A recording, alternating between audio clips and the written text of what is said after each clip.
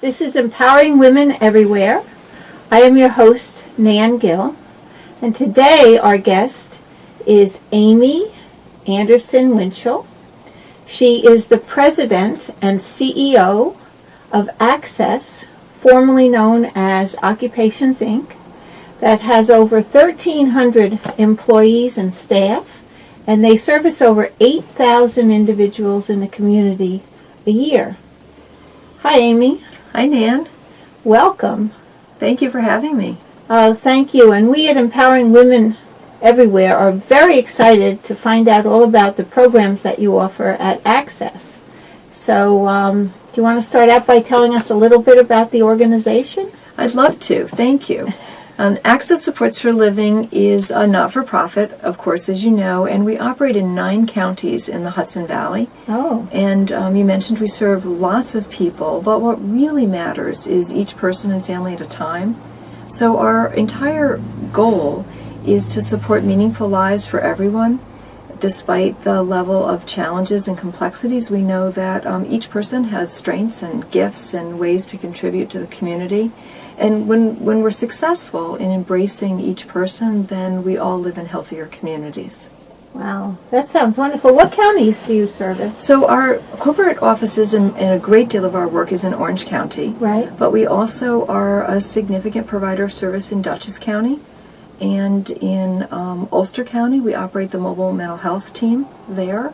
In Sullivan County, we have a variety of services for families and children and people with developmental disabilities, as well as individuals who need help in their homes with personal assistance.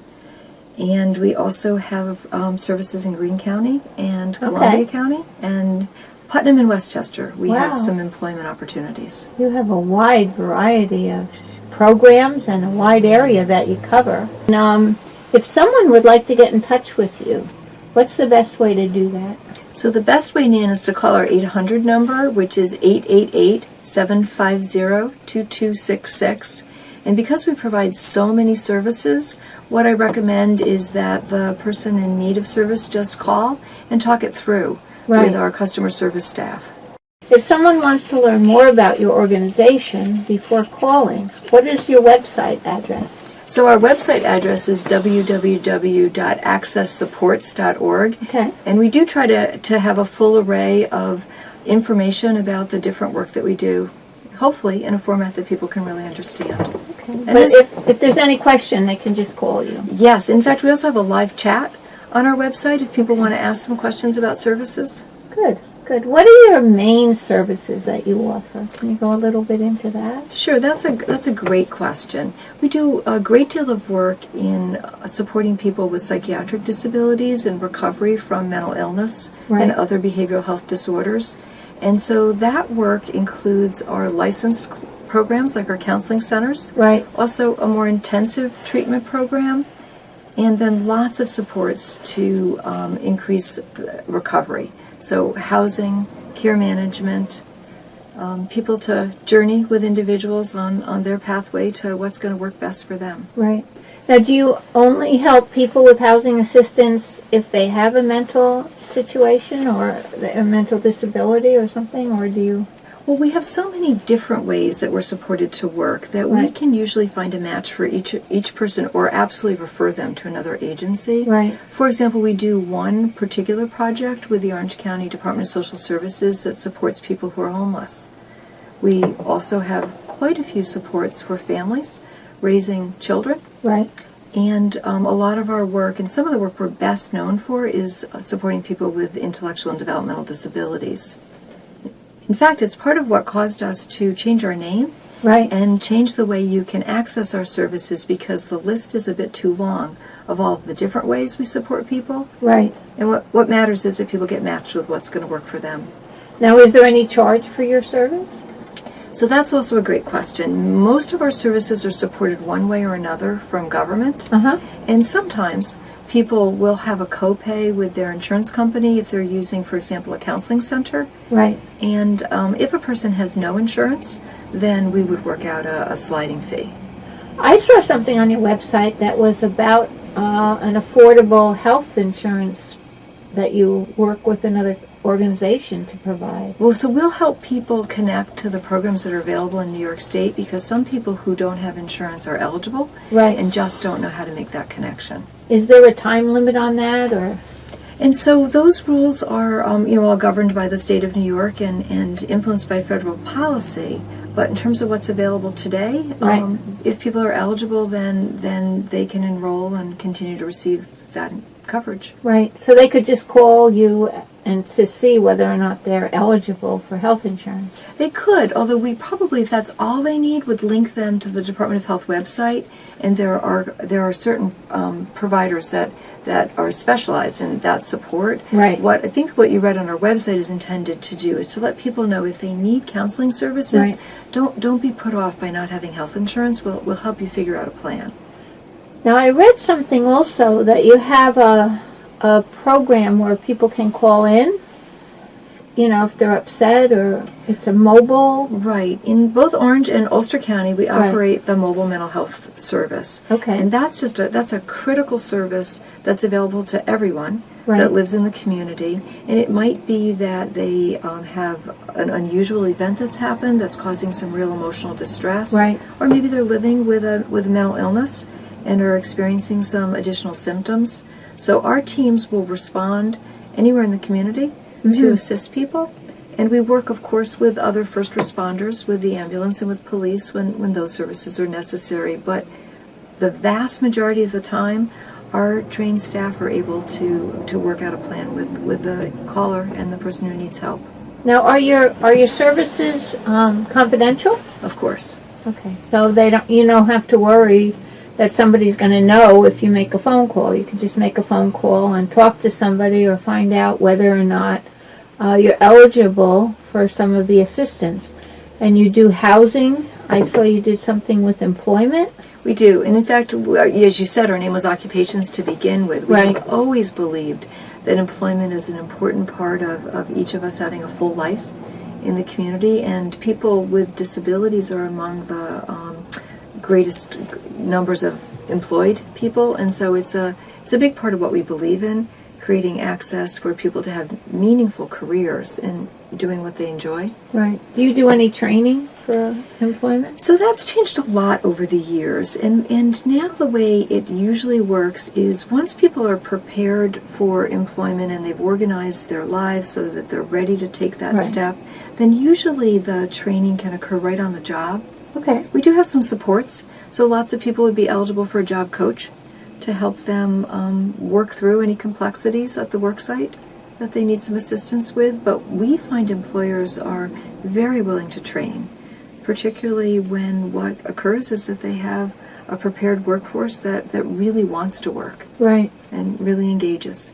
There's been some studies where people that have actually suffered through some challenges are actually much more loyal employees than ones that, kind of had everything handed to them and didn't have any difficulty finding a job. Well, whenever you take a journey to figure out how to move ahead in your Right. life and really think deeply about what you'd like to accomplish and work hard on it, then whatever that goal is, people tend to be very dedicated to achieving it. And that's so rewarding about the work that we do. Right. Our employees love the work they do because they partner with people who really want to accomplish more in their lives. Now, is there any assistance for employers who might want to work with you, employing some of these people that, have gone through your program? Absolutely. And so we would help employers in terms of a match with candidates who would be qualified for the position. Right. We often provide supports. We help our individuals figure out transportation and work out some of the complexities about being sure that they can get to work and be attentive and fully engaged in work. And there are some limited programs that might help employers offset some of the costs, but that's a little more unusual. Yeah. Okay. Very good. So, how long has your organization been serving the area? So we were founded in 1963 Wow. by a group of families who wanted something more for their children. Uh-huh. They imagined a world where their child with a disability would be able to be really a full part of the community. And it's from that value base that we've continued to change. And the world has changed enormously in that period of time in terms of our understanding Right. about what people are capable of. And so all of our services really come out of that belief system. So, and how long have you been with the organization? So I've been with the agency since 1982. And I came first directing one of our counseling centers.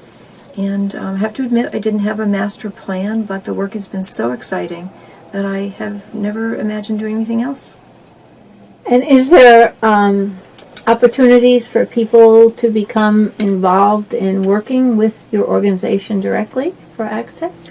So in terms of, our greatest need is employees who are passionate about our work.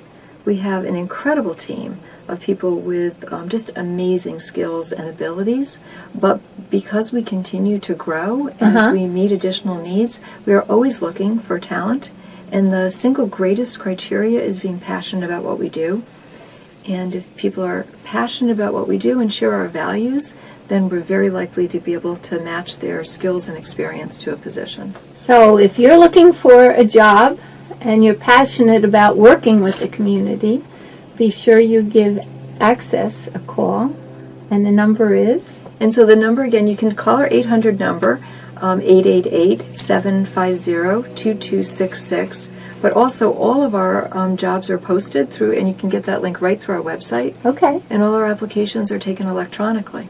Okay, so you can just apply on the website, which is? Which, again, is accesssupports.org. Okay. And I assume that you have volunteers working with you? We do.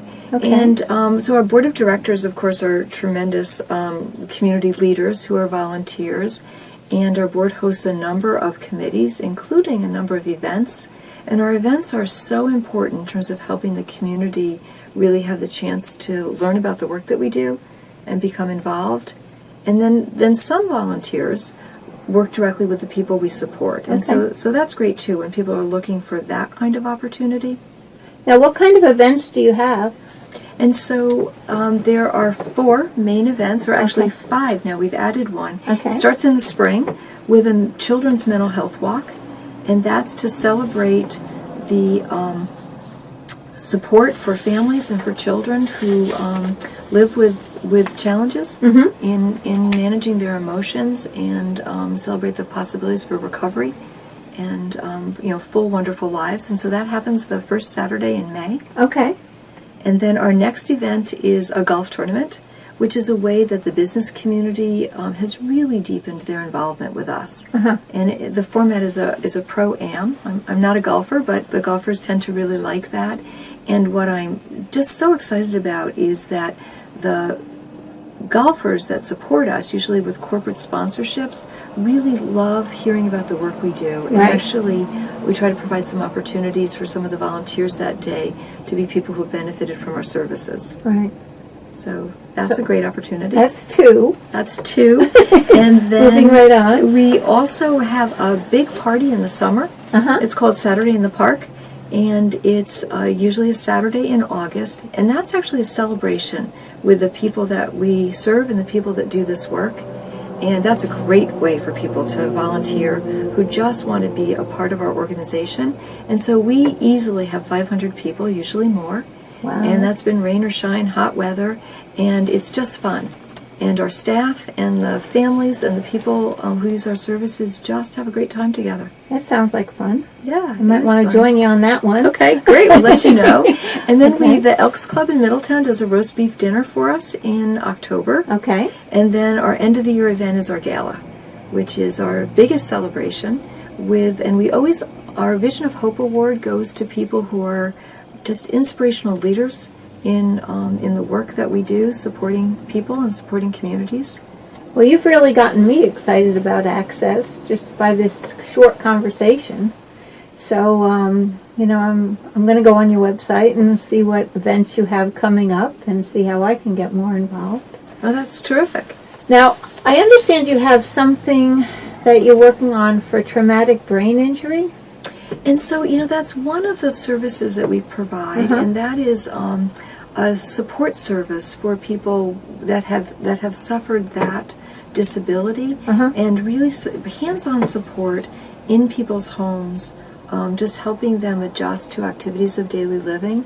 And so it's interesting that you picked out that service. It's part of the challenge to talk about what we do, because it's really the way we work with each person, and regardless of what it is that brings them to us. So that is one example. It's a very unique piece of work. You may know that memory patterns become really impacted, Right. and so helping people establish new patterns in their homes to be safe and to have them be independent. that's exactly. That's the goal, I would imagine. Absolutely. Yeah, so Absolutely. that's wonderful. And independence is something we work on in so many areas. Right. Of course, lots of people that we serve have developmental disabilities, and that just tells part of their story. Their talents and their dreams tell the rest of their story about what they can accomplish. And with our newest venture in affordable housing, where we work with Devon Management and Warwick Properties, who actually build and operate the housing, and we support people with disabilities to be able to live on their own. And that has been really breakthrough in terms of the different ways people have chosen to be independent and to choose who they want to live with and what they want to do with their time. It's really been remarkable. Yeah, it sounds wonderful. Can you speak a little bit about the child welfare program that you have? Yeah, thank you for asking about that. So that's a piece of work that we first got involved in the late 90s when we were working with another organization to join us. And at the time I thought, wow, this is going to be really different work. And it is, in terms of some of the way it's funded and some of the requirements. But what I learned quickly was that there were already people that we knew or had stories similar to people that we knew, families that were facing lots of complexities, not always, but often poverty, and needing some help to raise healthy children. Right. And be sure that their needs are met and avoid abuse and neglect. And so our child welfare services range from a preventive program called Healthy Families, which works with parents, usually moms, at pregnancy and in the first few months of life up until age 5. And families are eligible if they have some risk factors. And then our staff does a lot of education and support so that that child has a great start. And that's one of the most fun staff to talk to, because they are just so excited about every baby that's joining this world and has the opportunity to have a brighter future. Yes, that's so important, because education and care at the young age is really important for development. And what the research shows is that if, despite whatever challenges mom might be dealing with, and there's a lot, of course, in our society, if mom and that baby have an emotional bond, then the care of that child is gonna be good. Then you can get through almost anything. That's if you have that emotional bond. That's right. We do in child welfare also work with families that are at a different stage and have had maybe more difficulties in terms of challenges. And so we provide staff in people's homes. We provide caseworkers to just help families sort out what is going to be the best path for their children to be able to be home and to be healthy. Okay, and can you tell us a little bit about the foster care? Sure. So the foster care work that we do is really unique. We have just 3 locations. 2 are group homes. So that's when teenagers are not able to live with their own family or a foster family, and will be living with us and with a well-trained staff with clinical supports. And those children are going to school or sometimes working if they're a little older, and really preparing for either returning home or being independent. We also have a group emergency center, which we accept children 24 hours a day, 365 days a year, and those are children that are in higher need. Right. Usually a family court judge has made that decision, sometimes a commissioner of social services, and those children need lots of care and support and treatment and assistance while a plan is developed in terms of what's going to be next for them. So that's really important work also. We think of ourselves as a community-based child welfare agency, because most of our work is in people's homes, Right. that also has 3 facilities when that's the only option. But you also have the 3 facilities available if you need them. We do. Okay, and what would you say would be your mission statement? And so our mission statement, we really boil it down to meaningful lives and healthy communities, and it's being sure that each person has the opportunity to live life to the fullest potential for health and happiness and well-being.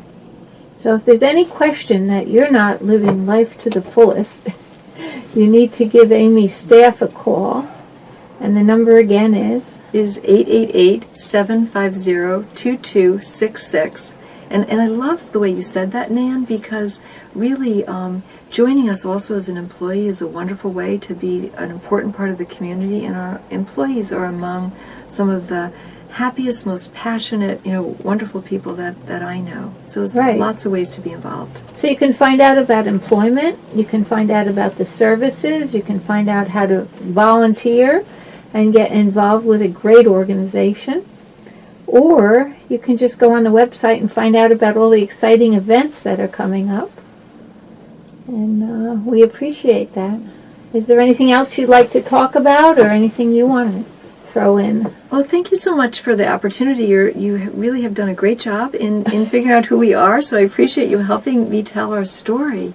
It's hard to talk about all the things that occur so for much. 8,000 people, and so really that's why we try to make it as clear as possible that it's really just about all of us living together in a community, and when everyone is accepted for who they are and for their unique abilities, then we're all so much better off. Right, we're all like snowflakes.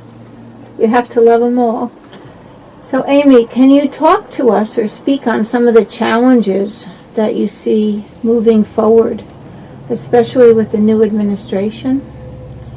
So that's really a great question, and it's such a complicated answer. So I'll start by talking about how important policy is, and that's really what drives the way funding happens, which really creates what the opportunities are for services and supports.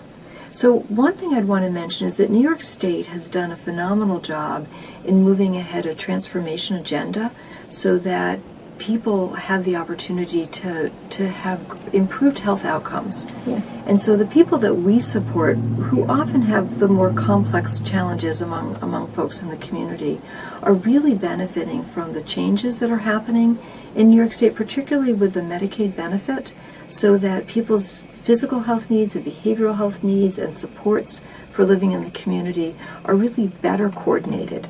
So that's been really exciting changes in New York State over the last several years. Right. And so, of course, there's a concern about what changes in policy at the federal level might mean. And what will matter most in the work that Access does is how the Medicaid benefit will continue. So, for example, there's lots of talk about block grants. And so block grants, on one level, if they give states a great deal of flexibility, New York State has a very clear agenda about what the priorities are. So that is not necessarily negative. But of course the worry is that block grants will create a reduction in funding for New York State. And if that occurs, then there'll be very difficult decisions to be made. Right. So it's way too early to know what all the changes will bring. But of course we're following it very, very closely and have a great deal of confidence that we'll work out a plan in New York not to lose all that's been gained in the progress that's been made. Exactly. So I wanted to ask you, being that New York has been declared a sanctuary state, which would mean that there's a threat from the federal government of canceling all support, how would that affect the programs that we see? So I don't know that I really have the educated answer on that. I think always it's in the details, and so there's a lot of big statements being made about how policy might be formed. Right. But we'll see what judgments really occur as time goes forward. We, of course, serve all people, regardless of what brings them to us, and really appreciate that opportunity to be able to have everyone welcome in our services, and that's supported by New York State. And I remain optimistic that we're going to come to a reasonable plan in terms of federal and state policy so that we're able to continue the great work that we do. But I don't mean that to not be thoughtful about what risks might be and some difficult decisions that might be needed to be made down the road. The one thing that's also been true is that there's lots of New York State funds as well in the services that we provide. Right. But a large share is federal government as well. And so I certainly don't hear that statement to mean that the health care services that we provide would be impacted by that kind of concern, but we'll have to really understand what the specifics are when decisions are made. Okay, well, I understand that you have about an $85 million budget. We do.